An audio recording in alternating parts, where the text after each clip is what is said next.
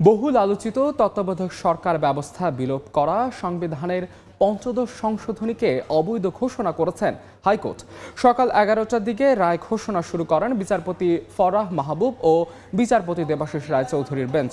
রায়ের পর্যবেক্ষণে আদালত বলেছেন, পঞ্চদশ সংশোধনীর মাধ্যমে সংবিধানের মৌলিক কাঠামো পুরোপুরি ধ্বংস করা হয়েছে।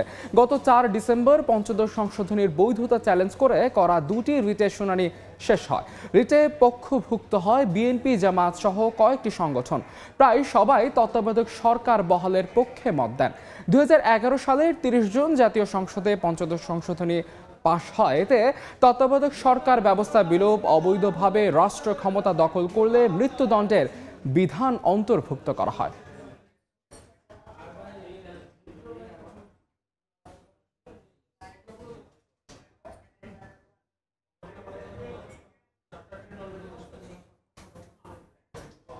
এই মুহূর্তে হাইকোর্টে আছেন সহকর্মী বুলবুল রেজা, সরাসরি যাচ্ছি তার কাছে। বুলবুল, সংবিধানের পঞ্চদশ সংশোধনী অর্থাৎ যেটির রিট করা হয়েছিল দুটি আলাদা, সেই রিটের রায় এখনও পড়া হচ্ছে, অর্থাৎ এখনও রায় শেষ হয়নি। তবে আদালত অর্থাৎ হাইকোর্ট বেশ কিছু পর্যবেক্ষণ দিয়েছে এবং সবচেয়ে উল্লেখযোগ্য যে বিষয়টি সেটি জানাতে চাই যে অর্থাৎ তত্ত্বাবধায়ক সরকার বাতিল করা সংবিধানের পঞ্চদশ সংশোধনীর যে বিধান সেটিকে অবৈধ ঘোষণা করা হয়েছে। এর বাইরেও অনেকগুলো পর্যবেক্ষণ দিয়েছেন আদালত। এর মধ্যে রয়েছে যে পঞ্চদশ সংশোধনীর মাধ্যমে মূলত সাংবিধানিক যে কাঠামো সেটি আসলে ধ্বংস করা হয়েছিল।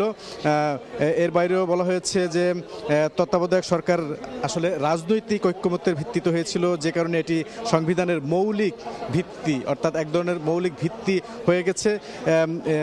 এর বাইরেও বলা হচ্ছে যে সংবিধানের মূল কাঠামো হচ্ছে গণতন্ত্র এবং সুষ্ঠু গ্রহণযোগ্য নির্বাচনী হতে পারে গণতন্ত্র প্রতিষ্ঠা করতে, এবং বলা হচ্ছে আমাদের সংবিধানই হচ্ছে আমাদের সর্বোচ্চ আইন। এবং পঞ্চদশ সংশোধনীর মাধ্যমে যে মৌলিক কাঠামো ধ্বংস করা হয়েছিল, পরবর্তীতে যে 3টি নির্বাচন অনুষ্ঠিত হয়েছিল 14, 18 এবং 24, এই নির্বাচনগুলো কিন্তু প্রশ্নবিদ্ধ হয়েছিল।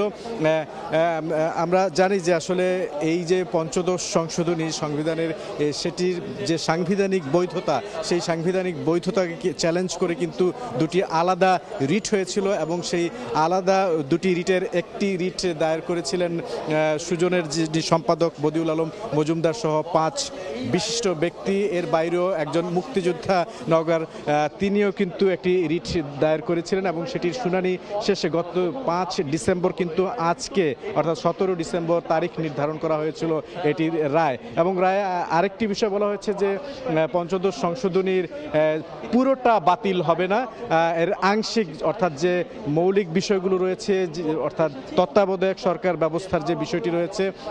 এবং আরও একটি বিষয় জানিয়ে শেষ করতে চাই, সেটি হচ্ছে বঙ্গবন্ধু শেখ মুজিবুর রহমানের যে উপাধি জাতির জনক সেটি হয়তো বাতিল হতে পারে। এর বাইরেও সরকারি আধা সরকারি স্বায়ত্তশাসিত প্রতিষ্ঠানে যে বঙ্গবন্ধুর প্রতিকৃতি সেটি বাধ্যতামূলক করেছিল সেটিও হয়তো বাতিল করা হতে পারে। তো এখন পর্যন্ত এই ছিল আমার কাছে সবশেষ তথ্য হাইকোর্ট থেকে।